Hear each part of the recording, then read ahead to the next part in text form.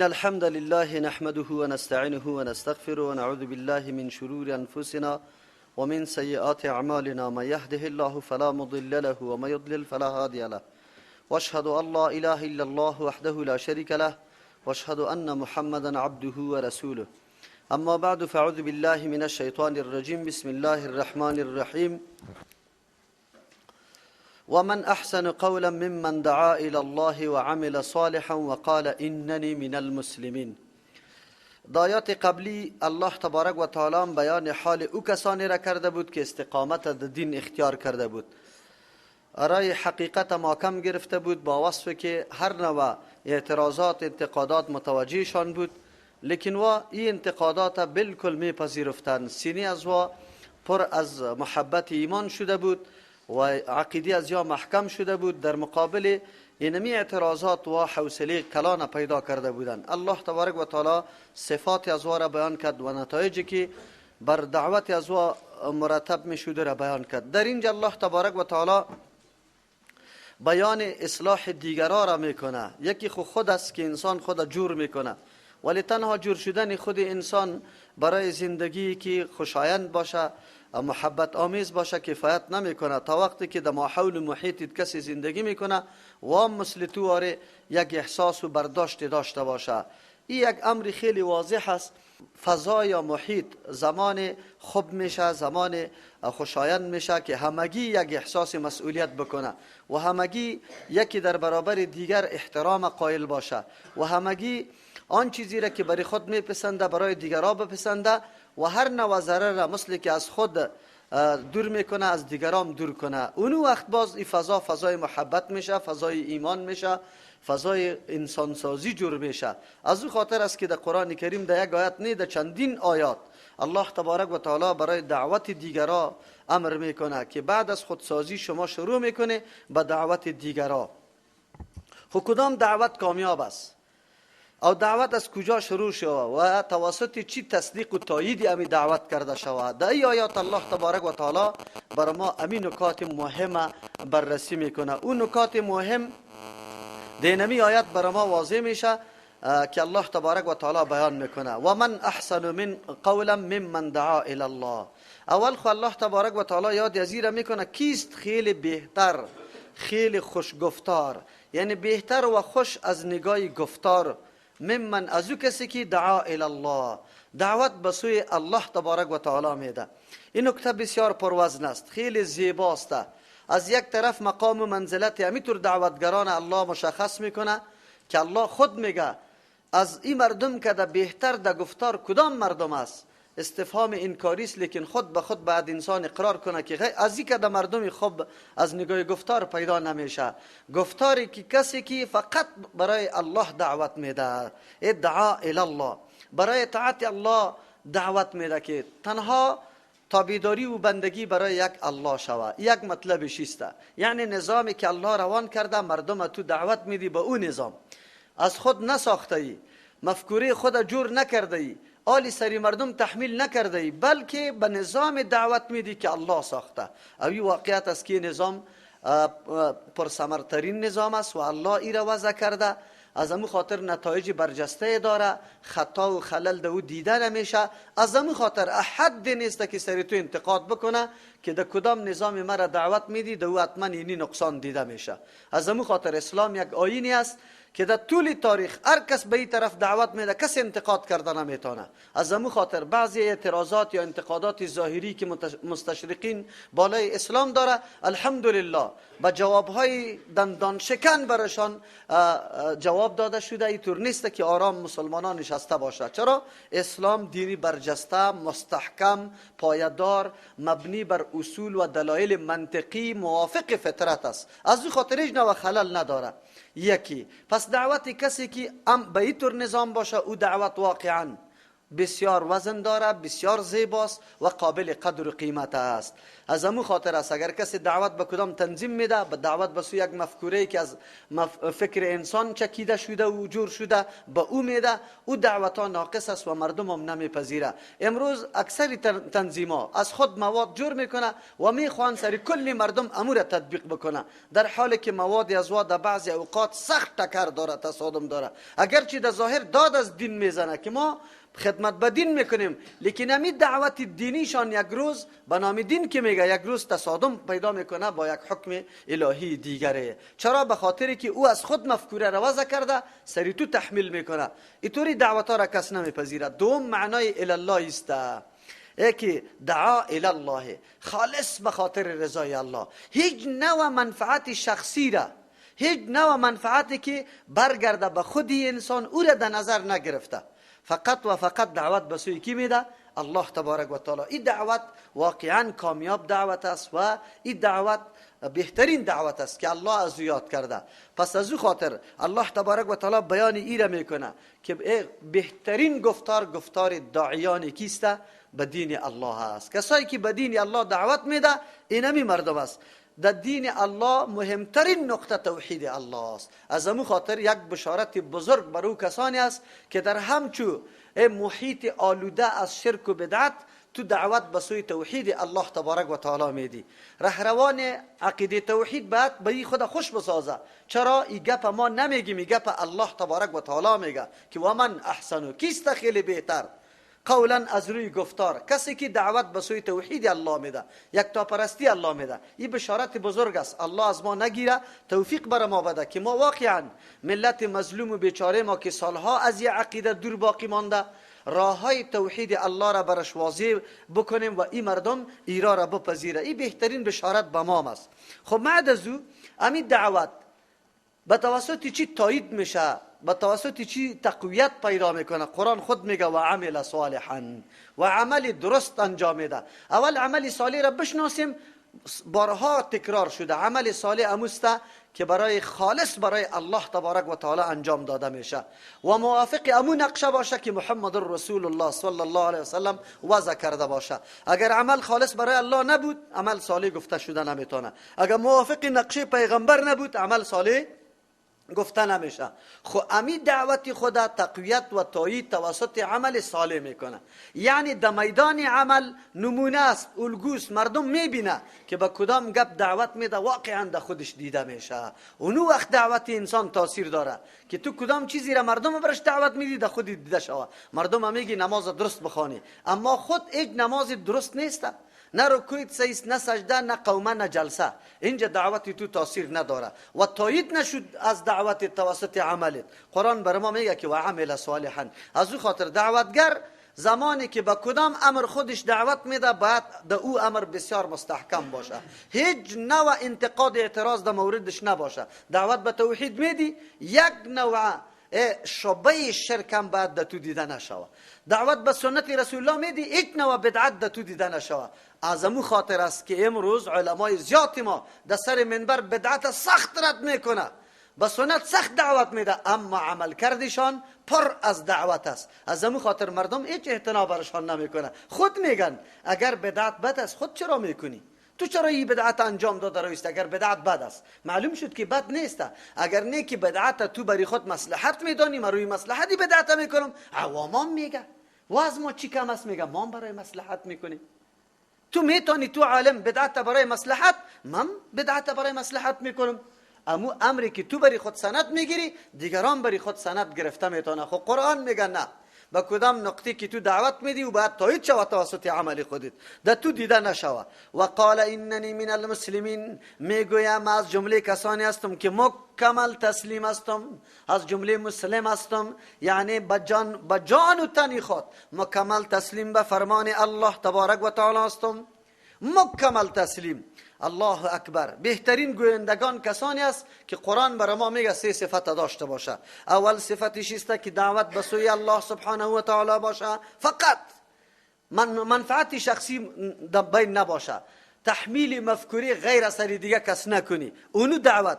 دوم که عمل صالح داشته باشی و سوم تسلیم در برابر حق. نه تنها که تو عمل صالح انجام میدی بلکه خودت تسلیم کردی به کدام دستوری که از جانب الله برات داده شده به او خودت تسلیم کرده ای. این سه صفت شد. چهارم صفت اضافه میکنه. در حقیقت این سه صفت تشریع ایمان است. ایمان امیر میگه تصدیق قلبی، اقرار زبانی و عمل به اعضا. این در حقیقت پیاده کردن ایمان است. یک آدم خود زمان مومن گفته میتونه که سه نکته در او دیده شو و برآورده شو: تصدیق قلبی، اقرار زبانی و عمل به اعضا. در حقیقت ای به الله تسلیم است، به زبان اقرار داره و در عمل هم مکمل او را پیاده کرده. بر علاوه از این صفت چهارم است: ادفع بالتی هی احسن، دفع کو به او طرز و طریقه که او خیلی بهتر است، یعنی طریقه بهتر اختیار بکو در روش دعوتت. اینطور یک راه را برای خود انتخاب بکو که راه بسیار بهتر باشه. کدام راه بهتر است؟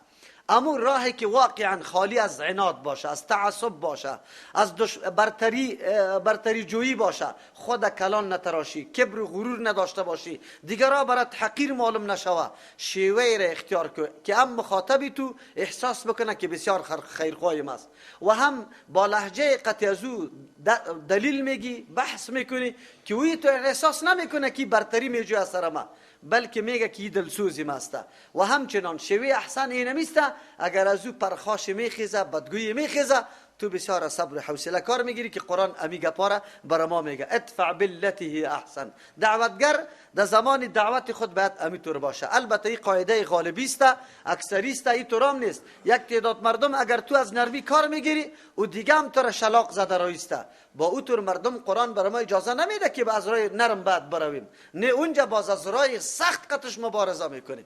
واغلظ علیهم، سخت قطشان باشه. او مردمایی که منطق نمیپذیره، دلیل نمیپذیره، گوش نمیمانه، راه خیرخواهی تو را مسدود میسازه، با وصفی که تو او را خیلی عزت و احترام میکنی، او را توهین و تحقیر میکنه، راه سری خود بسته میکنه، باز اونجا از سختی کار گرفته میشه. خو غیر از او راه خیلی احسنه چیسته مقرر کردن و او را برای خود اختیار کردن که راه درست باشه. فاذا الذی بینک و بینه عداوتون. الله اکبر. تاثیرات عمیق ای دعوت تو که تو به طریق احسن دعوت میدی، دفع میکنی، ناگهان اینطور یک تاثیر پیدا میشه در وجود او مخاطبی تو که دیگه خود گرفتن نمیتونه، ملامت وجدانش میشه، ملامت عاطفیش میشه. زمانی که او از خشونت کار میگیره، بد میگه، تو را متهم میکنه، او تو در مقابلش بسیار به احساس دلسوزی، بسیار با دلایل و استدلال خیلی قوی پیش میری و او را میفهمانی، آخر اون میگه که من رسایی که با این قدر خشونت، با این قدر بدگویی قطعی مواجه هستم و او چقدر احترام برای ما قائل است، او چقدر دلسوزی سر ما داره، وجدانش ملامت میکنه. بعد از او در وجود از یک جوش میخیزه، فکر میکنه که بله ما در مقابل همچو آدم گستاخی کردن، ظلم یا جفای خیلی زیاد است. از او خاطر بعد گپای ازیره فکر بکنم و سنجش بکنم، بپذیرم. این نمیسته که مخاطب خود به خود ملامت میکنه و عالی طلب از او جانب شروع میشه. تو که درخواست میکردی که گوش بگی، او گوش گرفتن عالی از خودش جوش میخوره، میگه که من باید گوش بمانم. این نیست شیوه تبلیغ. واقعا در این راستا پیغمبر علیه السلام و صحابه کرام الگو و نمونه اولی و مصداق اولی هستند. از همون خاطر بود که در او زمان گروه داخل شدن مردم در اسلام از روی امی شیوه استدلالی و شیوه دعوت انبیاء پیغمبر علیه السلام و صحابه کرام بود. ما در این اعتراف داریم که ما بالکل سریازی اقرار میکنیم که در شیوه دعوت خود به او اندازه نیستیم و به او اندازه دلسوز نیستیم. همیشه شیطان ما را خطا کرده میتونه، برای ما اینطور فکر میده که یک شماست دیگرها کلش هلاک است. این گپا را برای ما میگه، از همون خاطر اکثر اوقات ما دوستا را میگیم زمان دعوت میدی تو فکر نکنی که تنها من نجات پیدا کردیم امی هلاک است. این گپا نزنی.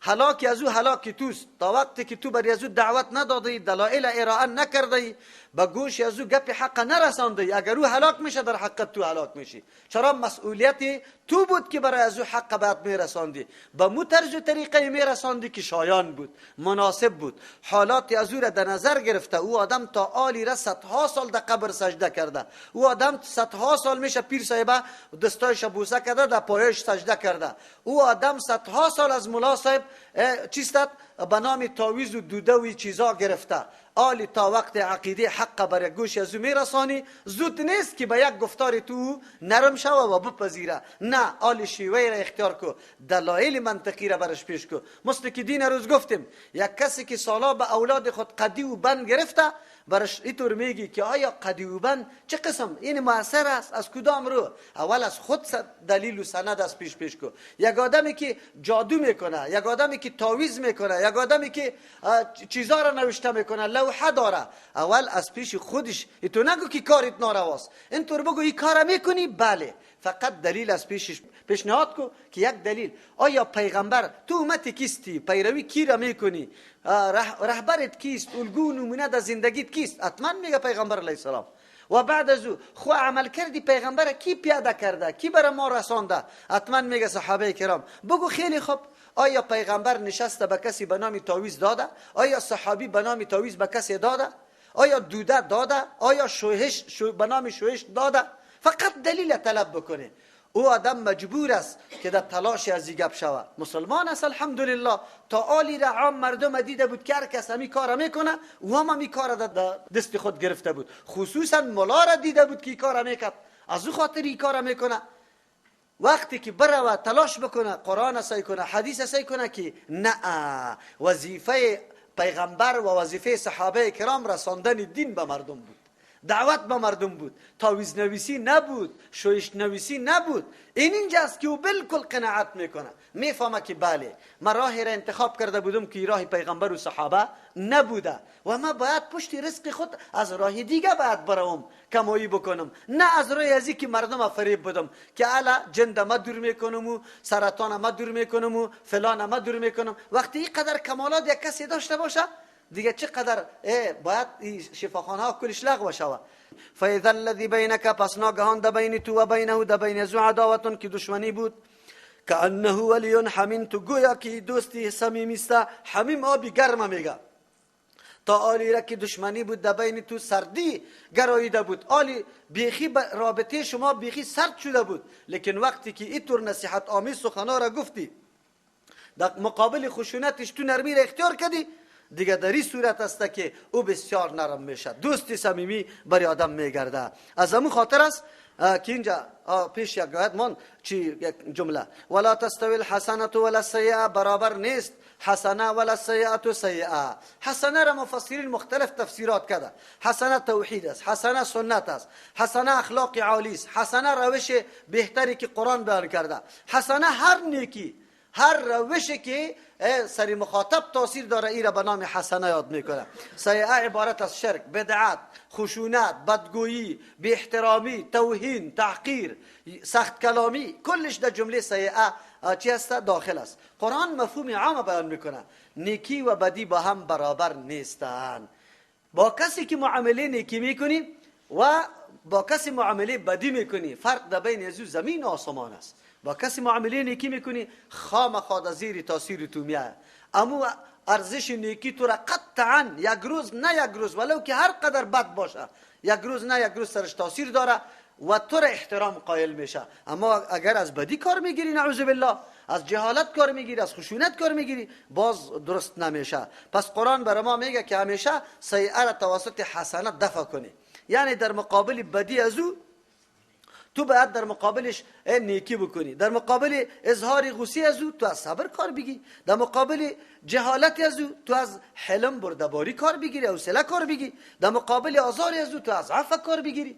یعنی او که سخت گویی میکنه، تو بسیار از لهجه نرم کار بگی. دفع کردن سیئه است توسط چی؟ حسنه. قرآن امی دستور برای دعوتگر بیان میکنه. عالی در اینجا الله تبارک و تعالی میگه که گپ عادی نیست. هر کسی را کرده نمیتونه. و ما یلقاها داده نمیشه و این خصلت و خوی، و ما یلقاها نمیرسه به این نمی خصلت و خوی الا الذین مگر برای کسانی میرسه و داده میشه و صبرو که و صبر میکنن، یعنی مزاجشان مستقل است تا وقتی که قوت اخلاقی خود ریشه قوت اخلاقی خود مستحکم نکنن نمیتونه که نمیتور روش اختیار بکنه. قرآن اشاره میکنه که در حقیقت بنیاد تمام اعمال اخلاقی، روش‌های اخلاقی صبر است، حوصله پیدا کردن است، استقامت ورزیدن است که تو در مقابل بدگویی از او احساساتی نشوی، از چوکات نبرایی، تو دیگه خواب بالکل قوت پیدا کرده باشی. این وقتی میشه که انسان به تقوا و ایمانی خودم مجهز کرده باشه، قلب تو مملو از ایمان و تقوا باشه، باز دیگه حوصلت خیلی بزرگ میشه. و ما یلقاها داده نمیشه و اینمی خوی خصلت، و ما یلقاها نمیرسه ای خصلت الا ذو حظ عظیم مگر به کسانی که صاحب حصه بزرگ است. اینجا مراد از حصه بزرگ چی است؟ او کسایی که حصه بزرگ اخلاق داره، اخلاق از خود کرده، پای اخلاقیش خوب در درجه کمال رسیده. یک مانا الا ذو حظ عظیم مگر کسانی که صاحب حصه بزرگ از ایمان و تقوا را داره. کسی که ایمان پخته داره، تقوا را در پیش گرفته، عالی مسئولیت خود احساس میکنه در برابر ما حول و محیط. وقتی که متوجه مسئولیت خود میشه دیگه اجنه و بدگویی از واسه ازی تاثیری بد نداره. چرا؟ خودم علامت میکنه که در این مورد من مسئول هستم. چرا این گپی حق بر ازیا نرساندیم؟ چرا وقت بر ازیا بیان نکردیم؟ امروز که این قدر عمر ای در راه بیراه رفته و امروز یکی به یکی را پس میگردانم بسیار مشکل است. از اون خاطر خیر است بدگویی از او را متحمل میشم، داودش نامیشم متحمل میشم، از خشونت که کار میگیره متحمل میشم، خیر است. امروز برام دشنام داد، سبا باز پیشش میرم از راه دیگه تا که او را وادار به ایگه بسازم. قرآن کریم اینطور مردما را ذو حظ عظیم میگه، کسایی که حصه بزرگ از درایت دینی دارا می باشه، کسایی که درایت دین داره، واقعا بصیرت برش حاصل شده و بسیار قطعی مردم مخالف خود از حوصله کار میگیره، زود چیستا گذر میکنه، عفو میکنه، بخشش میکنه، میگه خیر است، ما دلسوزی تو را دارم، برای منفعت خود کدام کاری نمیکنم که کدام نعوذ بالله غرض مادی داشته باشم. اصلاح توست و اصلاح تو به هر راه ممکنه که است ما در پیش خود میگیرم. چی درسای عظیم قرآن برای ما میده. او واقعا اگر ما امیتور شیوه را اختیار بکنیم در تمام امور خود، این بسیار مهم گپ است. یک تعداد از دوستای ما همیشه قطعی مردم سخن سخت گفته، مواجه روبرو شده، گپای تند گفته و باز تاسف در اینجا است که او خودم منسوب میکنه، باز معرفی میکنه خودم که من شاگرد موریث متوکل هستم. از همون خاطر یک تعداد علما از ما بیخی چی هسته؟ گریزان است. امی مرا بیخی شدت پسند و بگوی افراطی و این نام ها را سر ما گذاشته که این شما از شدت کار میگیری. چرا؟ شاگردایت نمایندگی تو را میکنه. حالا که ما شاگردا را نگفتیم،